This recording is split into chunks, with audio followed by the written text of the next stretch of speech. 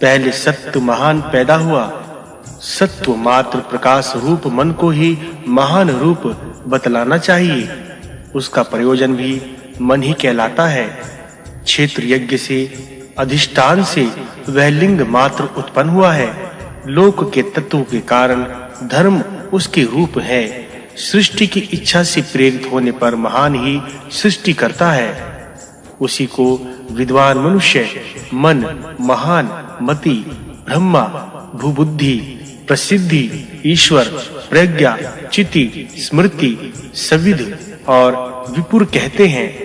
यह विभु सूक्ष्मता से संपूर्ण भूतों की चेष्टा को फल का मनन कर लेता है, इसीलिए इसको मन कहा गया है। तत्व में सबसे पहले पैदा होने से परिमाण में शेष गुणों से बड़ा होने के कारण इसको महान कहते हैं।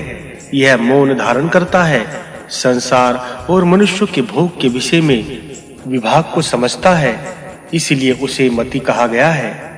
बृहत और वृहण होने के कारण उसके आश्रय के भाव को बढ़ाता है, इसलिए इसको ब्रह्मा कहते हैं। सारी देह तथा नियत तत्व भाव को अनुग्रह द्वारा भरता है, अतः इसीलिए उसे भू कहते हैं।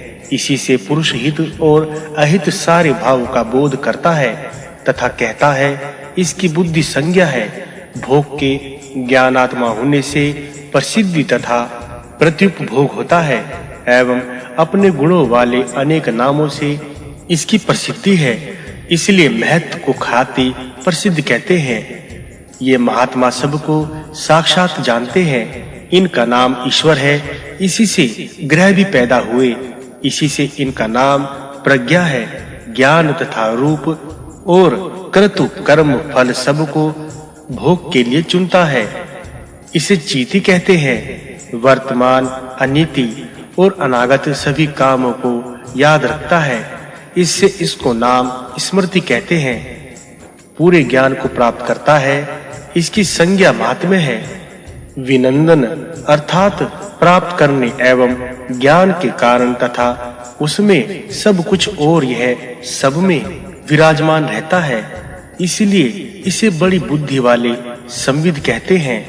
ज्ञानी निधि ने इसे ज्ञान रूप होने के कारण ज्ञान कहा है। द्वंद्व के अच्छे जगह होने के कारण इसे विद्वान मनुष्य गण विपुर कहते हैं। लोकों का सब कुछ होने से निश्चय ही ईश्वर है। ब्रह्मा होने से ब्रह्मा एवं अद्भुत होने से भव तथा क्षेत्र के विज्ञान और एक तत्व के कारण इसे का कह सकते हैं। पुरी में सोता है, इसलिए उसे पुरुष कहते हैं। किसी ने इसे पैदा नहीं किया तथा सबसे पहले होने की वजह से इसे स्वयंभू कहते हैं। अच्छे विचारों को मनन करने वाले तथा तत्वों के भाव जानने वालों ने इस प्रकार इसकी व्याख्या की है। सर्ग की इच्छा से प्रेरित होकर महान सृष्टि करता है। संकल्प तथा अध्यवसाय इसकी दो वृत्तियां हैं। लोकों के तत्व पदार्थ के हेतु धर्म आदि इसके रूप है और यह सात्विक, राजस और तामस रूप से त्रिगुण है। त्रिगुण में रजगुण की अधिकता से घमंड पैदा करता है। वह महान से प्रावत्त आदि भूत और विकृत था। यह सृष्टि महातत्व से रुकी थी। उस तमोबहल अहंकार से भूत तान मात्र की सृष्टि हुई है। वह भूत आदि अहंकार तामस ही तो है। हे भूत आदि के विकृत होने पर शुद्ध तन्मात्रा की सृष्टि हुई है और उससे शब्द लक्षण वाला महावीवर आकाश उत्पन्न हुआ है। फिर भूत आदि अहंकार ने शब्द रूपी आकाश को ढक लिया है और फिर उस शब्द रूपी आकाश ने स्पर्श तन्मात्रा की सृष्टि की। उससे बलवान वायु पैदा हुआ, उसका गुण स्पर्श है। शब्द रूपी आकाश ने स्पर्श मात्र को ढक लिया है। वायु ने विकृत रूप तन्मात्रा की सृष्टि की है। वायु से ज्योति निकली, ज्योति का गुण कहा जाता है। वायु की स्पर्श तन्मात्रा की रूप तन्मात्रा को ढक लिया है। फिर ज्योति की विकृति से रस तन्मात्रा की उत्पत्ति हुई है। इसके बाद ताप से रसमय जल की सृष्टि होती है। जल की यह तन्मात्रा भी रूप तन्मात्रा से ढकी होती है। जलीय रस मात्रा की विकृति से गंध मात्रा का उद्गल हुआ है, उसी से भूमि का गुण गंध है। रस मात्रा वाला तोय गंध मात्रा को भूतों में ढके रहा, उन भूतों में वह शब्द मात्रा रहती है, इसलिए इसे तन्मात्रा कहते हैं। नाम अविशेष होने तथा शांत घोर फिर मूढ़ होने के कारण इन तन्मात्रा को अविशेष कहते हैं। इन भूतों और तन्मात्राओं की सृष्टि को बार-बार समझना चाहिए। अन्य सात्विक वैकारिक अहंकार से तत्व के उद्र के कारण वकारिक सृष्टि एक साथ प्रवृत्ति होती है। 5 ज्ञानेंद्रिय तथा 5 कामेंद्रिय हैं। साधक या करण का नाम इंद्रिय है। ये देश वैकारिक देव है। 11वां मन भी वैकारिक देव ही है। श्रोत्र, त्वचा, चक्षु एवं जीभा एवं 5वीं नासिका ये शब्द आदि की प्राप्ति या बोध के लिए हैं। इन्हें ज्ञानेंद्रिय कहते हैं। दोनों पाद, गुदा, लिंग, दोनों हाथ तथा 10वीं इंद्रिय वाणी है। इनके कर्म गीत, विसर्ग, आनंद, शिल्पा तथा वाक्य है। शब्द रूपी आकाश ने स्पर्श मात्र में प्रवेश किया है, अतः वायु शब्द एवं स्पर्श 2 गुणों वाला हुआ है।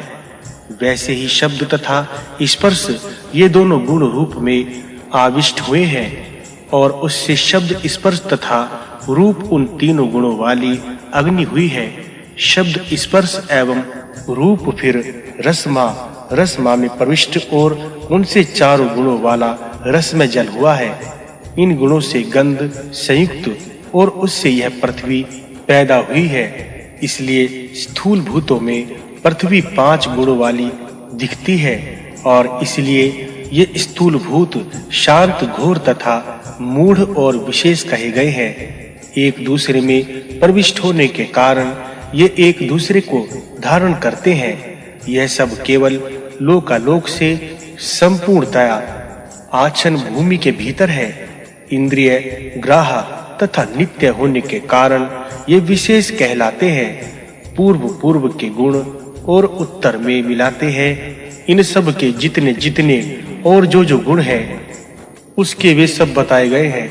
किसी को शुद्ध वायु में अपने दोष कारण गंध गुणा मिलता है, वह गंध पृथ्वी का ही समझना चाहिए, क्योंकि वहाँ वायु में पृथ्वी तत्व मिला है।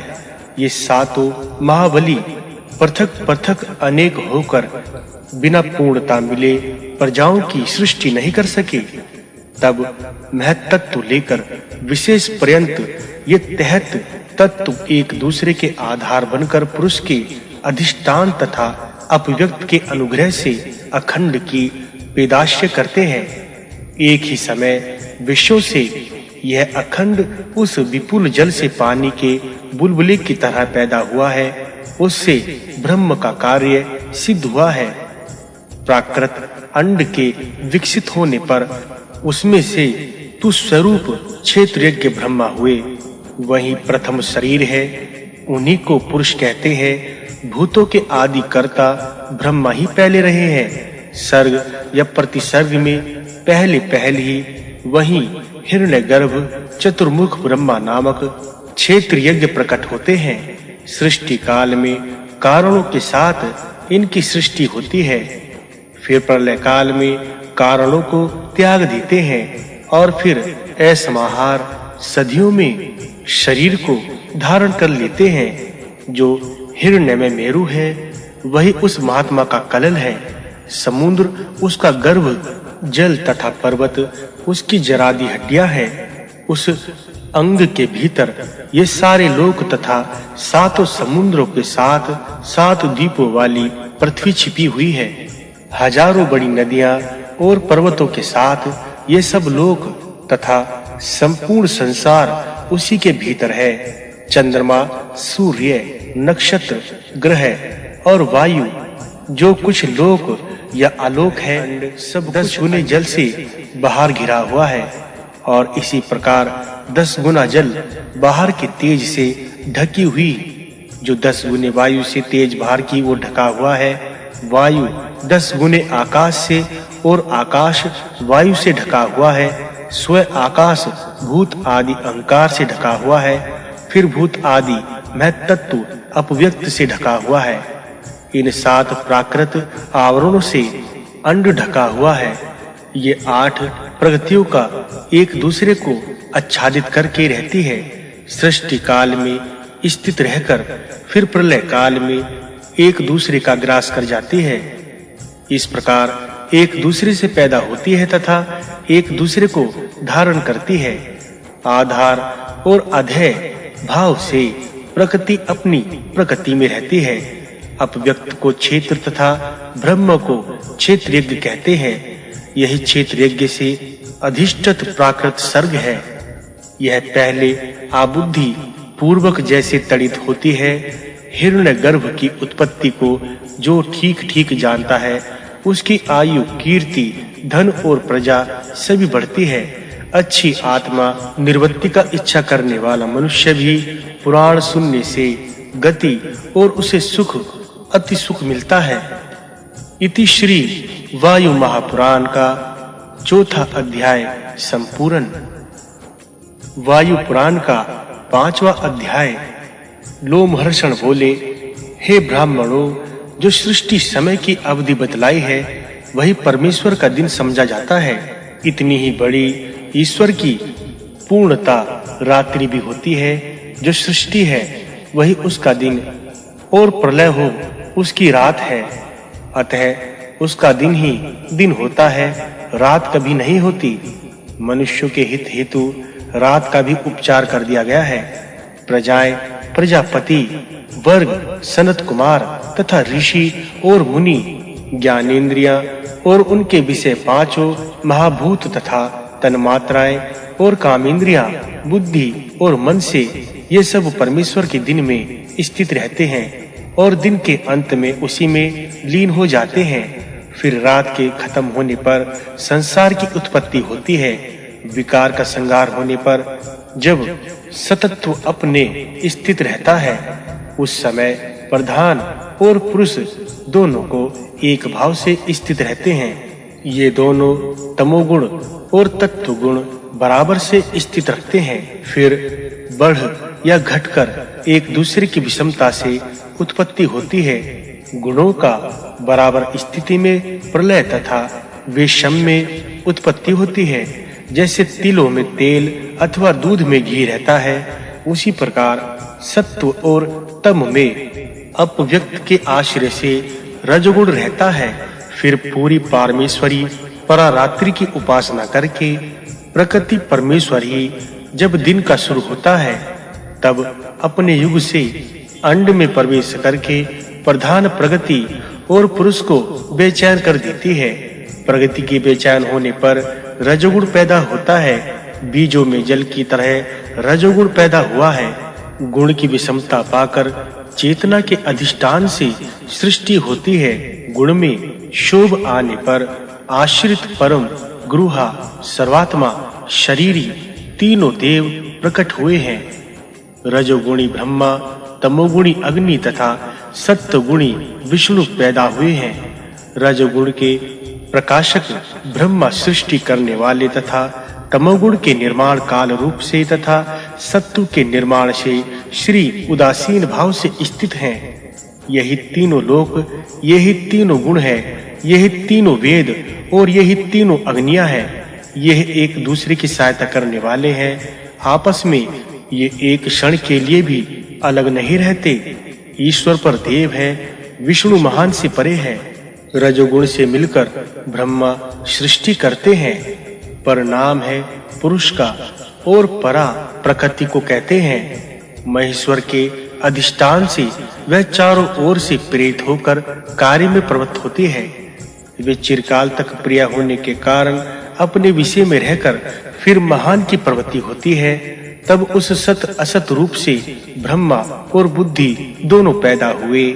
इसलिए तुम तथा अपव्यक्त में क्षेत्रयज्ञ ब्रह्मा कहा जाता है। वीर्य और कर्णों से सिद्ध ब्रह्मा सबसे पहले थे। तेज से उस प्रथम बुद्धिमान अपव्यक्त का प्रकाश होता है। वही प्रथम शरीरी कारण रूप से है। वह अप्रतिहित धर्म, ज्ञान, ऐश्वर्य से युक्त है।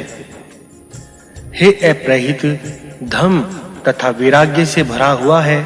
उसी ईश्वर का अप्रहित ज्ञान वैराग्य रूप है। इस घमंडी ब्रह्मा के धर्म और धन से बुद्धि प्रकट हुई है। यह जो अपने मन से चाहता है वह इस अपव्यक्त से पैदा होता है। वंशीकार वेगुण्य तथा आदत के कारण ब्रह्म तत्व में चतुर्मुख तथा काल तत्व में अंत हुआ है। हजारों सिरों वाला यह पुरुष है। इस स्वयंभू की 3 अवस्थाएं हैं। इस स्वयंभू को ब्रह्मा होने पर सत्व तथा रजोमय, काल होने पर रज और तमोमय तथा पुरुष होने पर सत्वमय गुण वृत्ति होती है। वह ब्रह्मा होकर लोकों की सृष्टि करता है, काल होकर संहार करता है और पुरुष होने पर उदासीन रहता है। प्रजापति की 3 अवस्थाएं भी हैं। ब्रह्मा कमल गर्भ के रंग के काले काले रंग है और पुरुष की आंखें पुंडरीक की सी हैं। वह रूप परमात्मा का है। यह योगेश्वर अपनी लीला से तरह-तरह की शक्ल, क्रिया, रूप तथा नामों द्वारा शरीर को बनाते तथा बिगाड़ते हैं। संसार में ये 3 प्रकार से रहते हैं। इनका नाम त्रिगुण है। 4 प्रकार से अलग होने के कारण इन्हें चतुर्भुज कहा जाता है। अस्थि तथा आदान करने से तथा विष का भोग करने से सदा उसका वही भाव रहता है, इसलिए उसे आत्मा कहते हैं। सर्वत्र गतियों और अन्य शरीर धारण करने से ऋषि कहलाते हैं और स्वयं सबके स्वामी होने से प्रभु कहे जाते हैं। सबके भीतर होने के कारण ये विष्णु कहलाते हैं। भग अर्थात ऐश्वर्य के होने से भगवान तथा राग पर शासन करने के कारण इसको राग कहते हैं। प्रकाष्ठ होने से तथा पालन करने से उसे ओम कहते हैं। सब कुछ का ज्ञान होने से इसे सब कुछ तथा सब स्थानों में होने से इसे पर्व कहते हैं। नरों का अयन होने से नारायण कहते हैं। अपने को 3 प्रकार से अलग-अलग करके त्रैलोक्य को चलाता है। इन 3 रूपों से वह सृष्टि, संहार तथा पालन करता है। पहले वह हिरण्यगर्भ चतुर्भुज रूप में पैदा हुआ। आदि होने से वह आदि देव तथा अजन्मा होने से अज कहते हैं। सब प्रजाओं का पालन करता, इसलिए उसे प्रजापति कहते हैं। सब देवों में यह बड़ा है, इसलिए है महादेव कहते हैं। सबका ईश तथा लोकों के वश में न होने के कारण यह ईश्वर कहलाता है। हे ब्रह्मत होने से ब्रह्म तथा भूत कहा जाता है। सर्वव्यापी होने से विभु इसका नाम है। पुर अर्थात शरीर में सोता है, इसलिए उसे पुरुष कहते हैं। किसी ने उसे पैदा नहीं किया और रूप के पूर्व में वह रहता है। सब उसे स्वयंभू कहते हैं। पूज्य होने से यज्ञ तथा कानवृदर्शी होने के कारण कवि कहलाता है। सबका गंतव्य होने में कर्मण तथा वर्णों की रक्षा करने से सूर्य कपिल कहलाता है। आगे पैदा होने के कारण यह अग्नि कहलाता है और हिरण्य इसका गर्भ तथा यह हिरण्य के गर्भ उत्पन्न हुआ, इसे पुराण में हिरण्यगर्भ कहते हैं। स्वयंभू के वर्ष आदि काल सैकड़ों वर्षों में भी नहीं गिनाए जाते। कल्प संख्या से युक्त ब्रह्म का काल पर कहलाता है।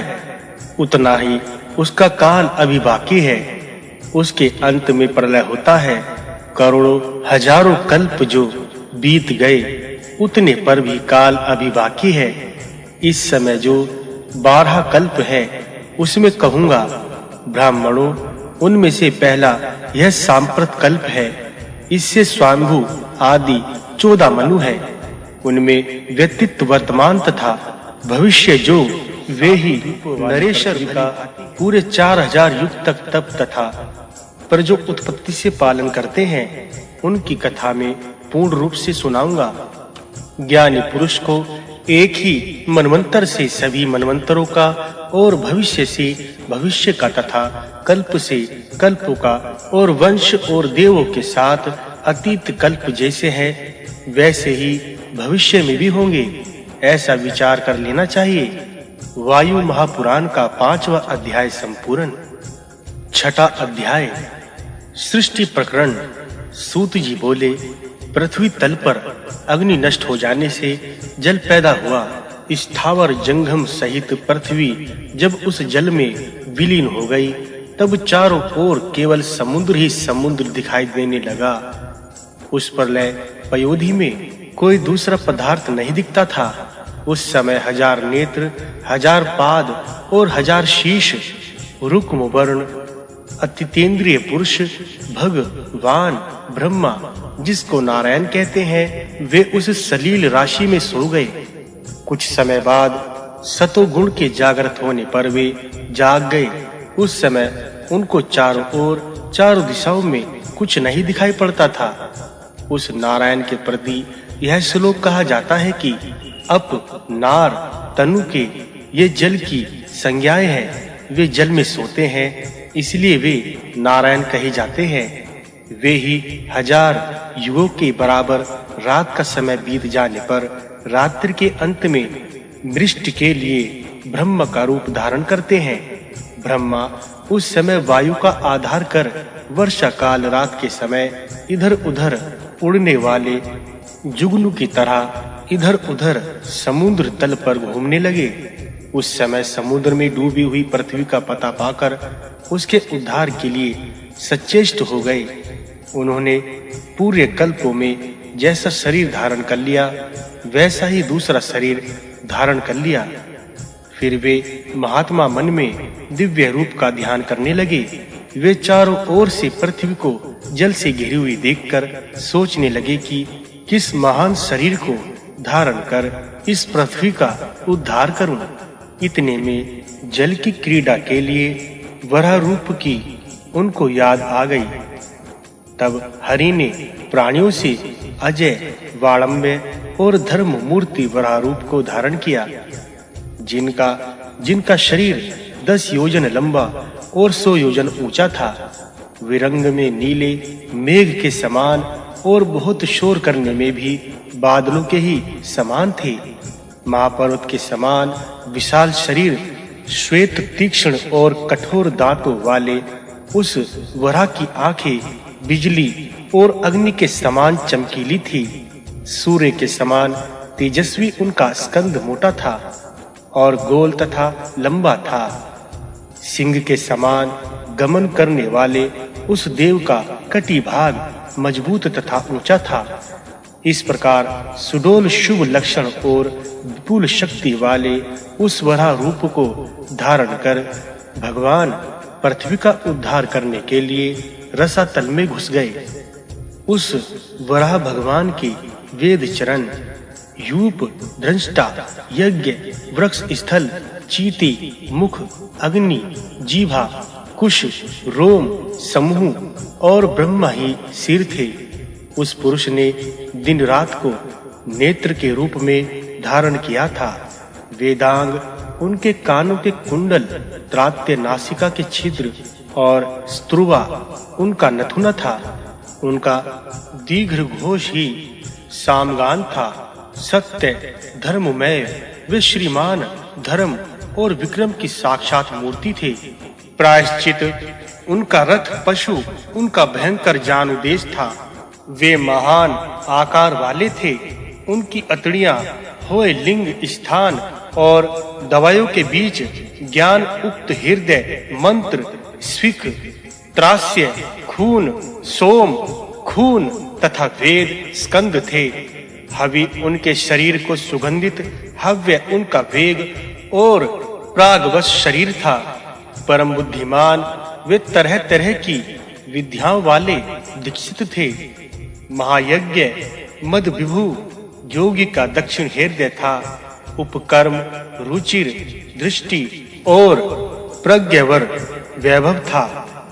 नाना प्रकार के छंद, गतिपथ और रहस्यमय उपनिषद आसन थे। पत्नी छाया के सहित वे मणिमय सुमेर पर्वत के समान ऊंचे थे। इस प्रकार यज्ञ बारहा बनकर उस जल राशि में घुस गए। उस प्रजापति ने जल से ढकी हुई पृथ्वी के पास जाकर उसको दांतों से पकड़कर ऊपर स्थापित कर दिया। इतना कह चुकने के बाद समुद्र जल को समुद्रों में, नदी जल को नदियों में बांट दिया। पृथ्वी के उद्धार करने वाले उस हरि ने पृथ्वी को अपने ठीक स्थान पर रखकर पहले मन में भविष्य की रूपरेखा निश्चित कर उसको जल तल पर छोड़ दिया। उस जल राशि के ऊपर की पृथ्वी बहुत बड़ी नाव के समान स्थिति हुई, जो कि अपने आकार की विपुलता और भगवान के प्रभाव से डूबती नहीं है। उन भगवान कमल नेत्र ने पृथ्वी का उद्धार करने के बाद संसार स्थापन के उद्देश्य से पृथ्वी को कई भागों में अलग-अलग कर दिया। पहले भूतल को समतल कर उस पर पहाड़ों को स्थापित कर दिया। पूर्व दृष्टि में जो संवर्तक अग्नि से गल गए थे और धरातल पर चारों ओर जलकर बिखर गए थे, वे उस जल पावन में शीतलता के कारण वायु के द्वारा जल इकट्ठा हो जाने से पहले जहां-जहां स्थित थे वहां-वहां इस बार भी अचल हो गए। पहले पिघलकर वे अचल हुए, इसलिए पर्वतों का नाम अचल पड़ा। पर्वत होने के कारण वे पर्वत कहे गए। जल के भीतर निगले जाने के कारण गिरी और शिलाओं के चुभने के कारण पर्वतों का नाम शिलोच्य कहा गया। उन लोक, समुद्र तथा पर्वतों के नष्ट हो जाने पर विश्व की सृष्टि करने वाले हरि कल्प के आदि में बार-बार पृथ्वी का हिस्सा और निर्माण करते हैं। इस नियम के अनुसार इस बार भी उन्होंने समुद्र, सातों द्वीपों और पर्वतों से मिली हुई उस पृथ्वी, भू आदि चारों लोकों की सृष्टि की। लोक सृष्टि के बाद प्रजा सृष्टि की गई। विविध प्रजाओं की सृष्टि की इच्छा करने वाले स्वयंभू भगवान ब्रह्मा ने पूर्व कल की तरह ही सृष्टि की। जिस समय ध्यान में लीन होकर उन्होंने बुद्धि पूर्वक सृष्टि की इच्छा की, उसी समय ध्यान के साथ ही तपोमय, तमोमोह, महामोह, तामिस्त्र और अंध नामक 5 प्रकार की तमोमय सृष्टि हुई। उस महात्मा के ध्यान मात्र से 5 पर्वों वाली यह अविद्या पैदा हुई। उस घमंडी ध्यानस्थ देव का यह सर्ग 5 भागों में बांटा था। यह सर्ग चारों ओर से अंधेरे से ढका ऐसा मालूम पड़ता था, मानो घड़े से ढका दीपक। वह सर्ग बाहर और भीतर से प्रकाशमान, शुद्ध और अचेतन था। इसलिए उन 5 में बुद्धि और इंद्रियां ढकी हुई थी। इसलिए वे संवृत आत्मा नामक मुख्य सर्ग कहलाए। ब्रह्मा अपने मुख्य सर्ग को इस प्रकार सृष्टि के काम में रुकावट देखकर नाराज हो गए। उस सर्ग से अलग हो वे अन्य सृष्टि के लिए ध्यान करने लगे। उनके ध्यान करने से वहां तिरछा स्रोत नाम का सर्ग पैदा हुआ। उस समय के पैदा हुए पदार्थ उल्टा व्यवहार और व्यापार करने लगे, इसलिए उनका नाम तिर्यक सोत पड़ा। वे सभी तमोगुण की अधिकता के अज्ञानी हुए, विपरीत मार्ग पर चलने वाले, ध्यान और अध्ययन पर विचार करने वाले ना थे। उस तिर्यक सोत सर्ग को देखकर ईश्वर ने फिर दूसरी तरह की सृष्टि की। वह सृष्टि अहंकार प्रधान, अहंकार भाव वाली 28 प्रकार की है। एकादश इंद्रिय वाले उस सर्ग का नवविध उदय बताता है। तारक आदि की संख्या 8 है, जिनकी शक्ति तरह-तरह की है। उनका अंतस प्रकाशमान, परंतु बाहर से वे ढके हुए हैं। वे तिर्यक व्यवहार वाले हैं, अतः उनका तिर्यक वाली सृष्टि को देखकर भी ईश्वर ने तीसरी सृष्टि करने की इच्छा की, क्योंकि पहले की 2 सृष्टियों को देखकर उनके हृदय में अन्य तरह की सृष्टि करने की इच्छा हुई थी। उनके नित्य ध्यान से सात्विक सर्ग उत्पन्न हुआ, जो कि उधर दिशा की और ही स्थिति रही। अतः उसकी ऊपर की ओर की गति थी, इसलिए उस सर्ग का नाम उधर्व स्तोत्र पड़ा। उस सर्ग के जीव सुखी और प्रेमी थे। उनका अंत और वह दोनों प्रकाशमान था और समान भाव से व्यवस्थित था। ऐसे उधर्व सर्ग में पैदा सभी उधर्व स्तोत्र ही कहे जाते हैं। उसी सर्ग के अंतर्गत जीवों में प्राण, चार वर्णे, वायु आदि मिले हुए हैं। उधर्व प्रगति के होने के कारण वह सर्ग ही उधर्व स्तोत्र माना गया है। उस समय उधर्व स्तोत्र देवों की सृष्टि हो जाने के बाद प्रभु ब्रह्मा जो अत्यंत खुश हो गए। इसके बाद अब दूसरी प्रकार की सृष्टि करने का विचार किया। उस प्रभु ईश्वर ने अपनी इच्छा अनुसार सर्ग की सृष्टि की। उस समय सत्य चिंतन करने वाले ब्रह्मा के चिंतन से अत्यंत स्तोत्र नाम का सर्ग उत्पन्न हुआ, जो प्रभु की इच्छा अनुसार था। वह सर्ग मध्यगत प्रगति वाला था, इसलिए वह अवार्क स्तोत्र कहा गया। उस सर्ग के जीव प्रकाश, सत्व, रज और तम तीनों गुणों से पूर्ण थे, इसलिए उनमें दुखों की मात्रा अधिक थी और वे बार-बार कर्म करने वाले हुए। वे मनुष्य, अन्न और व्राह सभी ओर से प्रकाश पूर्ण और सृष्टि के सहायक करने वाले हुए। वे तारक आदि लक्षणों से 8 रूपों में स्थित है। वे सिद्धात्मा, मानव, गंधर्वों के सहायक हैं। इस प्रकार यह सर्ग तेज से और अवार्क स्तोत्र कहा जाता है।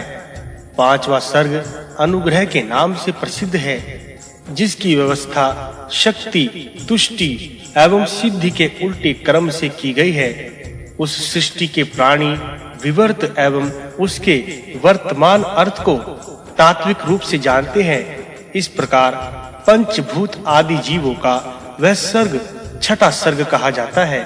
उनमें जो संचय तथा बराबर हिस्सा वाले और भक्षणशील और कठोर प्रकृति के हैं, उन्हें भूत सर्ग नाम का छठा सर्ग माना जाता है। विपर्ग के क्रम से पैदा वह भूत आदि सर्ग शक्तिहीन रूप से स्थित है। प्रथम उत्पन्न होने के नाते इसको महत सर्ग कहा गया है, इसलिए उसे महत सर्ग जानना चाहिए। पंच तन्मात्रा का दूसरा रूप भूत सर्ग कहा जाता है और विकार जनित होने के नाते उसके तीसरे रूप को वेकाटिक कहते हैं। इन्हें इंद्रिय द्वारा जनित भी कहा जाता है। इस प्रकार बुद्धि पूर्वक प्राकृत सर्ग उत्पन्न हुआ है। चौथा मुख्य सर्ग, जिसमें मुख्य स्थावर सर्ग का होना बताया है। तिर्यक स्तोत्र वाले उस 5वें सर्ग को तिर्यक योनि कहा है और उधर्व स्तोत्र उस छठे सर्ग को देव सर्ग। इसी प्रकार अवर्क स्तोत्र वाले को 7वां मानुष संग कहा जाता है एवं अनुग्रह सर्ग को 8वां, जो कि सात्विक और तामस के सम्मिश्रण से उत्पन्न हुआ है। इस प्रकार 5 प्रकार के विकृत और 3 प्रकार के प्राकृत सर्ग बताए गए हैं। इन्हीं विकृत तथा प्राकृत सर्गों के समेत 9 कुमार सर्ग की व्याख्या की गई है। इनमें 3 प्रकार के इस प्राकृत स्रोत की बुद्धि पूर्वक सृष्टि की गई है। इस प्रकार की ब्रह्मा की ये 6 सृष्टियां बुद्धि पूर्वक ही प्रभुत्व होती है। अब मैं उस अनुग्रह नामक सर्ग की, जो समान प्राणियों में 4 प्रकार से पूरी तरह स्थित है, अच्छी तरह से मैं आप लोगों को सुनाऊंगा। शक्ति, तुष्टि एवं सिद्धि के विपर्य कर्म से स्थावर सृष्टि में विपर्य और तिर्यक योनि में शक्ति का संचार हुआ है। अतः मनुष्यों में सिद्धि और देवों में तुष्टि पूर्ण रूप से निहित है। पुनः इस प्रकार प्राकृत तथा विकृत सर्ग 9 प्रकार के बनाए हैं। आपस के संबंध से इन सर्गों के बहुत से भेद कहे गए हैं। सबसे पहले ब्रह्मा ने अपने ही समान विद्वान सनक, सननंदन और सनातन नामक 3 मानस पुत्रों की उत्पत्ति की। वे तीनों महातेजस्वी अपने सृष्टि विज्ञान के प्रभाव से निर्वृत्ति मार्ग पर अटल रहे। नाना तरह के रहस्य को जानकर वे ज्ञान संपन्न हो गए और पिता की आज्ञा ना मानकर प्रजा उत्पत्ति से विमुख हो दूर चले गए। इस प्रकार इन कुमारों के चले जाने पर ब्रह्मा ने फिर अपने पद का अभिमान करने वाले अन्य मानस पुत्र को उत्पन्न किया, जिन्होंने सृष्टि कार्य में पूरा सहयोग दिया। प्रलय तक स्थित रहने वाले स्थान अभिमानी देवों के नामों को गिना रहा हूँ। जल, अग्नि, पृथ्वी, वायु, अंतरिक्ष, दिशाएं, स्वर्ग, दीप, समुद्र, नद, शैल, वनस्पतियां, औषधियां, आत्मा, मन, वृक्ष, छोटे वृक्ष, लब, काठ, कला, मुहूर्त, संधि, रात्रि, दिन, पक्ष, मास, अयन, वर्ष, युग, ये सभी स्थान अभिमानी और स्थान के नाम से प्रसिद्ध हैं। जिसके मुख से ब्राह्मण, वृक्ष स्थल से क्षत्रिय, उर से वैश्य और जिसके पैर से शूद्र, इस प्रकार जिसके शरीर से सब वर्ण उत्पन्न हुए हैं, जिन्होंने स्वयं लोकों को उत्पन्न किया है, उस अपव्यक्त से अंड की उत्पत्ति हुई है और अंड से ब्रह्म जी ही उत्पन्न हुए हैं। यह प्रक्रियापाद आप लोगों से सूक्ष्म में कहा है। इस प्रकार वाद पाद के द्वारा यह पुराण कहा गया है। छठा अध्याय संपूर्ण। वायु महापुराण का 7वां अध्याय। सूत जी बोले, यह पहला प्रक्रियापाद कह दिया गया, जिसको सुनकर सनातन कश्यपे प्रसन्न हो गए। इसके बाद सूत का प्रिय शब्दों से सम्मान कर उन्होंने फिर आगे की कथा पूछी कि हे कल्प का कथा जानने वाले, जो आप अत्यंत कुशल हैं, अब इसके बाद प्रीति संधि के विषय में हम लोगों को बतलाइए। बीते हुए और वर्तमान कल्प का जो मध्यकाल है और उनकी जो प्रीति संधि है, उसको हम लोगों को जानने की अधिक लालसा है। लोमहर्षण जी बोले, अब मैं अतीत और वर्तमान दोनों कल्पों की जो प्रीति संध्या है, जिन कल्पों में जो मनमंत्र होते हैं, हे सुव्रत, उसको मैं सुना रहा हूँ। यह जो वर्तमान कल्प है, वह शुभ सांप्रद या वराह कल्प कहलाता है। उस कल्प से पूर्व का जो कल्प बीत गया है, वह सनातन कल्प था। उस अतीत और उस वर्तमान वराह कल्प की मध्य अवस्था के विषय में बताऊंगा। पूर्व कल्प के बीत जाने पर प्रतिसंधि आती है, तब दूसरा कल्प जनलोक से आता है। यही क्रम बार-बार चलता रहता है। बीच में प्रतिसंधि के आ जाने से ही एक कल्प दूसरे कल्प से अलग होते हैं। पूर्व कल्प के बीत जाने पर उस अतीत कल्प की सारी क्रियाएं छिन्न भिन्न हो जाती हैं। उस कल्प से आने वाले कल्प के प्रारंभ तक का काल कल्प की प्रतिसंधि कहा जाता है। मनवंतर और युगों की अविच्छिन्न संधियां मनवंतर युगों के साथ परस्पर प्रवृत्त होती है। जो प्रक्रियापाद में संक्षेप में कहे गए हैं, वे पूर्व कल्प हैं। उन प्राद कल्प में इससे पूर्व जो पहले पर कल्प था, वह तो व्यतीत हो चुका है, किंतु द्वितीय प्रार्थ कल्प अभी नहीं समाप्त हुआ है। अन्य जो भविष्य में आने वाले कल्प हैं, वे अपार्ध से गुणीकृत है। हे ब्राह्मणों, उनमें से पहला सांप्रत नामक यह कल्प बीत रहा है, जो प्रथम प्राद का काल स्थिति काल और इस द्विप्राद के बाद का प्रलय काल कहा गया है। अर्थात पूर्व और पर प्राद का काल स्थिति काल और इस द्विप्राद के बाद के प्रलय काल कहा जाता है। इस कल्प से पूर्व जो सनातन कल्प बीत चुका है, वह 1000 चतुर्युग के अंत में मनवंतर परिमित ब्रह्मा दिव्य के अंत होने पर क्षीण हो गया है। उस समय कल्प के क्षीण होने पर और प्रलय कालीन दाह काल के आ जाने पर उस कल्प में जितने विमान विहारी देवता तथा नक्षत्र ग्रह तारा मंडल सूर्य और चंद्रमा आदि ग्रह थे, वे सुकृतात्मा देव सब मिलाकर मनवंतर के देवताओं की संख्या है। इस प्रकार की 14 मनवंतरों के देवों की संख्या 392 करोड़ हुई। पहले बीते हुए कल्प में जो वे मानिक देव थे। उनकी संख्या 708,000 कही गई है। एक कल्पों में जितने वे मानिक देव होते हैं, स्वर्ग में उतने ही 14 मनवंतरों में होते हैं।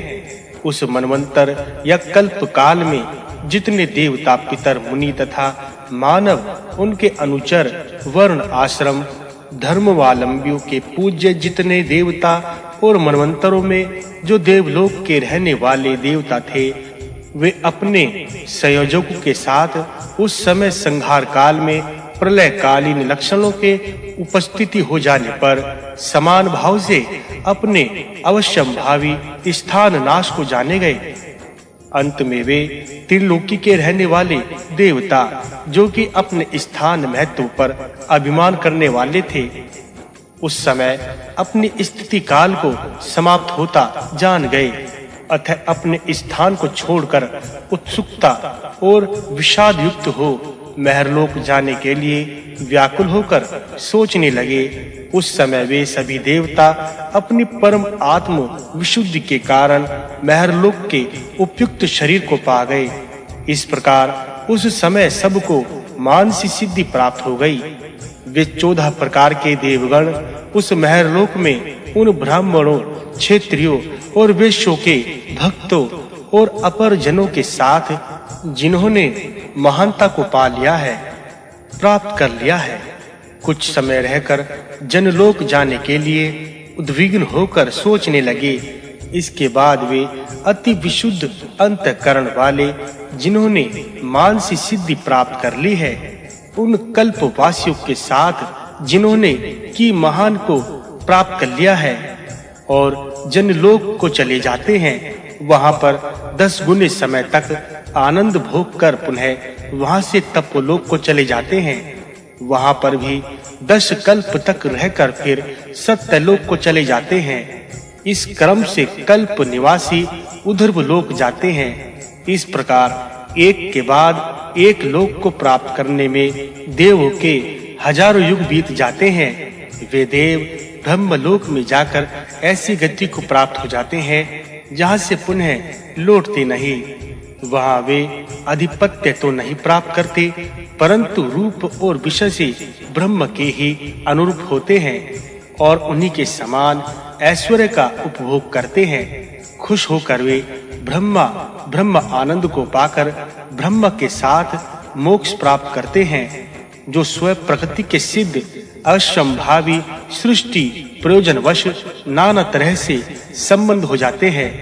उस काल से संबंध उन देवों की ऐसी स्थिति हो जाती है जैसी जानबूझकर सोने का बहाना करने वालों की होती है। वे उस समय जैसे सोते हुए भी जागते रहते हैं, उसी प्रकार उस समय उन देवों के मन में तत्काल संबंधी जाना तरह का ज्ञान पैदा हो जाता है। जो भेद ज्ञान प्रलय काल में रहता है, वही अब अपने तरह-तरह के छोटे-छोटे रूपों में व्यक्त हो जाता है। उन ब्रह्मलोक निवासी अपने धर्म का पालन करने वाले, परंतु संप्रति नाना तरह के दर्शन से, अधिकार से निकाले हुए पुरुषों के प्राकृत ज्ञान के साथ ही कार्य और कारण की सृष्टि होने लगती है। वे प्रथम श्रेणी के शुद्ध आत्मा, निरंजन और तुल्य लक्षण सिद्ध पुरुष अपनी प्रगति में ही व्यवस्थित रहते हैं। प्रकृति उन द्वितीय कोटि के मुक्त पुरुषों पर सर्वथा अपनी धाक तो जमा लेती है, परंतु यह पुरुष के बिना सहयोग के किसी कार्य को स्वयं शुरू नहीं करती है। प्रलय काल में पुरुष में ही वह लीन रहती है। सृष्टि शुरू होने पर या प्रकृत संयोग काल में भी शांत अग्नि ज्वाला के समान दोबारा उत्पत्ति नहीं होती। इस प्रकार इसे त्रैलोक्य से उधर्व अत्यंत महान लोकों में उन महापुरुषों के चले जाने पर उनके साथ रहने वाले महापुरुष, जिन्होंने की अपनी तपस्या से महर लोक से ऊपर के लोकों का अधिकार नहीं प्राप्त किया है, कल्प पर्यंत के तक वहीं शरीर धारण कर निवास करते हैं। उस समय गंधर्वों से लेकर पिशाच पर्यंत मानव, पशु पक्षियों तथा स्थावर सांप आदि जो जीव पृथ्वी पर रहते हैं, उनको प्रलय का सामना करना पड़ता है। उस समय सूर्य की जो 1000 किरणें चमकती रहती हैं, उनमें से प्रत्येक सप्त रश्मि होकर एक सूर्य बन जाती है। वे सूर्य अधिक से अधिक तेज होते जाते हैं और अपनी अपनी तेज ज्वाला से तीनों लोकों को जलाने लगते हैं। स्थावर जंगम सब नदियां, सब पर्वत जो कि पहले बिना वर्षा के कारण सूख गए थे, वे अब सूर्य की किरणों से जला दिए जाते हैं। वे समस्त धर्मात्मा और अधर्मात्मा पार्थिव पदार्थ जल जाते हैं। तब वे सभी अपने पार्थिव शरीर के जल जाने के कारण निष्पाप हो जाते हैं और उनका आयु युग के बीत जाने पर भी अपने अशुभ और शुभ कर्मों से संबंध रखने वाली योनि से संबंध बना ही रहता है। अत्यंत विशुद्ध मानसी सिद्धि प्राप्त करने वाले व्यक्ति जनलोक में वैसे ही योनि प्राप्त करते हैं। वे अपव्यक्त अजन्मा ब्रह्म की रात को वहां रहकर बिताते हैं। पुनः सृष्टि काल में वे ब्रह्म के मानस पुत्र के रूप में उत्पन्न होते हैं। उसके बाद जब त्रिलोकी के रहने वाले जनलोक में जाने के लिए नहीं शेष रह जाते हैं, अर्थात अपनी शक्ति के क्षीण हो जाने पर जब वे जनलोक के अधिकारी नहीं रहते, सप्त सूर्य की ज्वाला से वे सब लोक बदल जाते हैं। संपूर्ण पृथ्वी वर्षा से पूरी तरह से भर जाती है और सब आवास स्थान नष्ट हो जाते हैं। तब समुद्र, बादल, संपूर्ण जल और सब पृथ्वी से संबंध जल राशि आपस में एक आकार होकर एक महान सागर के रूप में हो जाती है। इस प्रकार जब सब जल राशि एक आकार हो इस भूमि को चारों ओर से घेर लेती है, तब इसका नाम अरणवा हो जाता है, जिससे सब प्रकाशित होते हैं, जिसके बिना कोई प्रकाश में नहीं आते, जो अपनी व्यापित और दीप्ति के कारण चारों ओर फैलता रहता है, उसको जल कहते हैं। वह जल पूरी पृथ्वी को चारों ओर से फैलाए हुए है और तनु धातु प्रत्युक्त होता है, इसलिए अंभ को तनु भी कहा जाता है। कवियों ने इसको शीघ्राग्र चिन्ह माना है। एकावर्ण काल में जल शीघ्र नहीं होता, इसलिए जल को नर या नार भी कहा जाता है। 1000 युग काल परिणाम वाली रात के हो जाने पर जबकि चारों ओर केवल जल ही जल दिखाई देता है और अग्नि के नष्ट हो जाने पर पृथ्वी तल पर चारों ओर अंधेरा ही अंधेरा छाया रहता है, कहीं पर भी प्रकाश नहीं दिखाई देता, तब वह उस सलील में निवास करने वाले उस प्रभु पुरुष ब्रह्मा के हृदय में पुनः इस लोक को बांटने की इच्छा हुई है। स्थावर जंगमात में सृष्टि के नष्ट होने पर जब उस समय केवल एकमात्र समुद्र ही शेष रह गया है, तब केवल इच्छा मात्र से वह ब्रह्मा 1000 आंख वाला, 1000 पैर वाला, 1000 सिर वाला, सोने के समान रंग वाला अति निंद्रिय हो गया है। उस समय वे नारायण नामक ब्रह्मा जल में ही सोते थे। ब्रह्मा के हृदय उस समय जब सत्व गुण की वृद्धि हुई, तब उनको ज्ञान की प्राप्ति हो गई। तब उन्होंने चारों ओर केवल शून्य को ही देखा। नारायण के विषय इस प्रकार का श्लोक प्रसिद्ध है कि जल का नाम नर तथा तनु है। उस जल में वे नाभि तक मग्न होकर रहते हैं, इसलिए उनका नाम नारायण पड़ा है।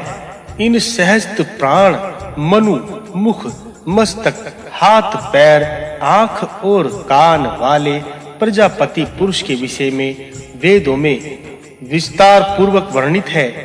यही महात्मा वेद में आदित्य वर्ण, भुवन पालक, प्रथम प्रजापति, इंद्र तम से परे हिरण्यगर्भ और महापुरुष कहे जाते हैं। यही कल्प के शुरू में रजोगुण के उद्रेकहीन ब्रह्मा होकर प्रजा की सृष्टि करते हैं और कल्पांतर में तमोगुण के उदेग होने से काल होकर सबको निगल जाते हैं।